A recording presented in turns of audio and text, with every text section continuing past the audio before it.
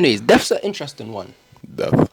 Are you scared of it, bro? Am I scared of death? You know, yeah, I still am. I think maybe not as much, but a lot of people tell me they're not, and I think they're fucking lies because you can't comprehend not existing. What exactly about death scares you? The not existing part, bro. Can you comprehend not existing? You've existed for as long as you can remember, right? Yeah. Existence is the only thing within your comprehension because your comprehension doesn't exist without existence. You feel me? That's real. Sometimes I hope there's an afterlife, but I feel like it doesn't make sense because then if there's like a hell. Hell seems a bit excessive, bro. Like burning for eternity, bro. That's a bit much. Like I know he might have been a bad person, but they didn't have free will to begin with. Now you got to fucking punish them for an infinite amount of years. That's insane to me. So if somebody was able to Yeah. confirm scientifically to you that an afterlife doesn't exist, would that change the way you live your life? Brilliant fucking question, bro. Probably not now that I think about it. No, it might. Because Why? just like that, all of these guilts I have that I've connotated to religion, promiscuity, drugs, I still, to be fair now, I don't think I'd indulge in drugs still. But like certain evils wouldn't really be evil anymore. There wouldn't be evils. There There would wouldn't just be choices. Just be choices now, innit? So I guess I'd be ever so slightly more hedonistic, maybe. But Ever so I slightly. don't see myself like radically changing the way I live. You know what I mean? I'm already so in afterlife to begin with. You know what I'm saying? So I don't know about you. I don't know about you guys, but I don't know. I hope there's a bunch of clouds and a fucking fun fair up there. So does but that I don't know. does the threat of the negative aspect of the afterlife, the burning in hell, Yeah. is that a major deciding factor in the life decisions you make? I want to say major. A lot of the things that send you to hell are things I don't want to do anyway. You know? Like, I don't really want to steal. I don't want to murder anybody. You know what I'm saying? Like I don't want to do nothing too bad. You know what I'm saying? But yeah, it's a really good question. I'm not all that convinced to begin with. If I woke up and all of a sudden I was like almost adamant that there's no afterlife, yeah, definitely see that changing the way I live. What about you, man? What about you? What about you guys? If there's no, if it's game over in 80 years, yeah, what's gonna change for you, man? Tell me, how Honestly, you there's living? this big philosophical debate I have with myself. If I chose not to believe in God, like if I just chose to fully be atheist, but I still chose to do all the right things, I still chose to be a non-thief who doesn't murder people, who doesn't steal, who doesn't rape, who doesn't lie, but I just chose not to believe in the existence of God. And then the pearly gates happens, and I'm there, and God goes to me, yo, bro, you know the way you lived your life, it was actually pretty commendable. But the fact that you didn't believe in me, you have to go and burn, bro. That's what I'm saying. Yeah, on a philosophical level, I'm That's like... what I'm saying. So yeah, so it was what? So are you testing me on the belief that I'm a good human being, or are you testing me on the fact that you exist? And so then it's like, okay, would I want a president who's like, listen, if you don't break any laws, but you chose not to vote for me, you're going to jail. Yeah. What do you say to the argument that God's is omniscient, all-knowing deity? We possibly could not fathom how he works or how he operates, and we just have to go with it. No, that philosophy, I believe in that. I believe my mind cannot comprehend how he operates, only because there is no logical argument I've come up with for that philosophical conundrum I just described to you. Yeah. He must have some crazy metric. Saying, The craziest beyond us, equation. that's what I'm saying. That's just wild. Imagine, okay, I do become religious, and I tell God at the pearly gates, yeah, yo, God, look at this. Oh, like, I'm Christian, innit? Like, I read the Bible, I go to church, innit? But let's say I decided to be like a nun, like a fucking priest, yeah? And I go to God, look, God, I wanted to do all those things, but I believed in you. But I still wanted to do those things, and I'm kind of pissed that I didn't do them. What do you want me to burn? A good religious individual, good Christian or good Muslim, is it the love for God, or is it the fear of God's wrath? What determines... Yeah, which one's a valid determinant? Do you know what I mean? Right? Yeah, because there's both, I bet there's both type of religious people in the world. Yeah. So the question is one more valid than the other? And that's the thing about death. For me, I'm not particularly scared of the dying. Because I'm just like, look, if I go, it's a L. For me, the concept that my 4 generations down will not know who I am. Because I don't know who my great granddad 4 times removed is. I don't know who that guy is. If you put him on the street, I'd walk past him and not know who that man is. But he's reincarnated. Yeah, so it's but like... do you think that might be a thing? We think he was reincarnated? Yeah, I mean, that would be interesting. You know about the hard problem of consciousness. What is the problem? Explain it.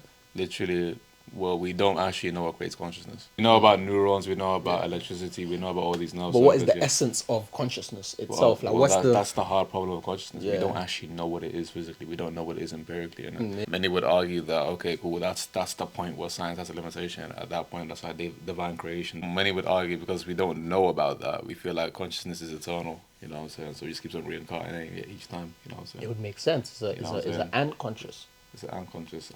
It's a good. It probably is, but I don't know. Yeah. You know what I'm saying? Because the whole idea of consciousness is that we assume everything that lives, our definition of live has it. You know what I'm saying? I'll be honest. There's some questions I don't want the answer to. Yep. Like when I look at a pretty woman, Yep. or a beautiful sunset, Yeah. or I hear a banger. You know that thing you can't explain? That's like crack. That's just like The qualia. I don't know That's what the that name. means. The qualia is exactly what you're talking about. The experience, that subjective experience of That it. thing that's like, if you gave me an answer, if you told me, yeah, you see that feeling, that's that neuron licking you there, 2 centimeters above your ear, that would piss me off. Yeah, you don't want to know, yeah. Really? I love that shit. No, I don't want to know. I want to know. Because everything. It takes a bit of the magic out of it. When I discovered that card tricks were sleights of hand, I never watched a magic show ever again. Like, I consciously remember that day. Yeah. You rather not know. There's some things, there's a level. Obviously there's things that I think I need to know. Knowledge is power. But then there's a level of knowledge where it's not power anymore, bro. It's just ruining the show. Remember that thing we said? That ties in with that thing you said about Dostoevsky. Yeah. Which literally what I was about to say. It ties into that thing. Smarter people are upset that they know more shit, and dumb people are upset that they don't know shit. What if there's a lovely fine balance? Where you know what, you're dumb enough to appreciate things, but you're smart enough not to be naive. You know how they say like life's about balance? Maybe that's truly what it is. For me, this ties back into the death thing, which is like, if I knew that, you know what, after we die, the truth is, it's not heaven, it's not hell, it's not nothing. There's actually a mad space in a 5th dimension that you go into, and the spirit is literally just a thing that our brains haven't biologically acclimatized to seeing. I wouldn't care about death no more. I wouldn't care about memories no more. I wouldn't care about my life right now no more.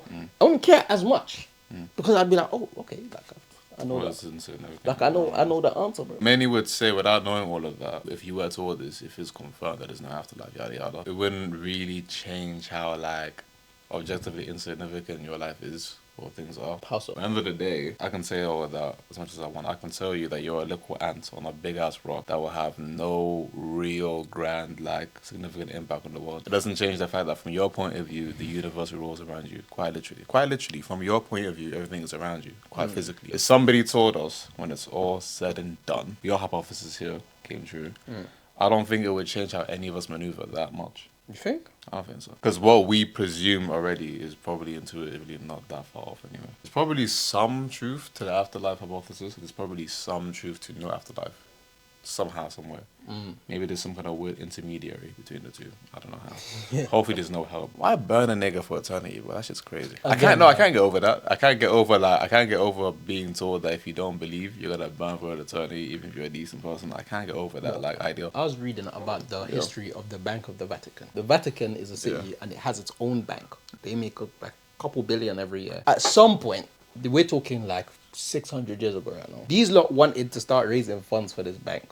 They told people like, yo, we have these ticks, we have these assets. If you buy them, it's tithe. So in Christianity, they believe you give 10% to your church, it's given to God. So these guys said, okay, let's commercialize it. For every sin you have, buy one of these tickets. That's tithe and that's a blessing to God. So it's basically you get a jail free card. The truth is, religion as a function of society to keep people in order. It has a function. Forget about whether you believe it or not. On a purely sociological level, it has a function in it. What do you say? I forgot the exact line of reasoning. I forgot the philosopher. Wait 1 second. I need to Google the name of the philosopher. Wait. What's the basis of it? The basis of it is that the truth is no more than a survival mechanism. If you have a certain belief, and that belief helps you survive, keeps your family lineage going, many would argue that's the truth, and I forgot the name of the philosopher that came up with that theory, and it was really convincing. Go off in the meantime.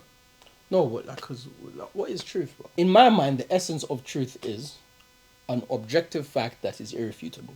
Yeah, but what's that? Obviously, you just redefine truth. If you have an anecdotal experience that is reinforced again and again by experiences, that could be perceived as truth, and everyone around you agrees with it. That could be perceived as truth. Yeah. But what happens when it goes wrong that one time? That's just a anomaly. But if it happens again and again, But many would argue that if you want to get down to like, the axiomatic level, if something's invalidated once, then it can't be valid. You know what I'm saying? If an idea or a theory or whatever. I mean that means helium. That means helium balloons deny gravity Not necessarily. because they don't go down. I mean, there's a set of rules as to why it isn't. Why that's not the case though, because helium is less denser than that's what it is. Yeah. So No. Of course, there's a scientific explanation for why it works, but yeah. but your argument is Oh, if there's no. one thing But contradicts but that, but then it's it can't not. be It's not perceived as truth. contradicting gravity though, because then the gravity has nothing to do with it. I mean, it has all to do with Gravity of a density. concept Yeah. is obviously there's scientific explanations for both Yeah. phenomena. Yeah. But my point is, everything you throw up comes down. Yeah. But then you've seen an object that's going up instead, and it's not coming Then down. by that definition, when I do this, I'm fucking invalidating gravity, right? Because my thing's going up, bro. You know what I'm But saying? this is my, but this completely. This is my point. No, that's not how it works, nigga. No, but this is my Gravity point. is You still can't- yeah. No, this is my point. You You can't. have- yeah. That theory you brought up Yeah. can't work. Like Oh, if yeah, one yeah. thing contradicts the thing, it can't be the truth. But that's not contradicting gravity. That's a different kind of contradiction. No, obviously, I if think- you didn't understand science, you'd think it was a contradiction. You're speaking as somebody who's fucking studied all the way up to you. I hear where you're going. If Cleopatra saw a helium balloon, Yeah.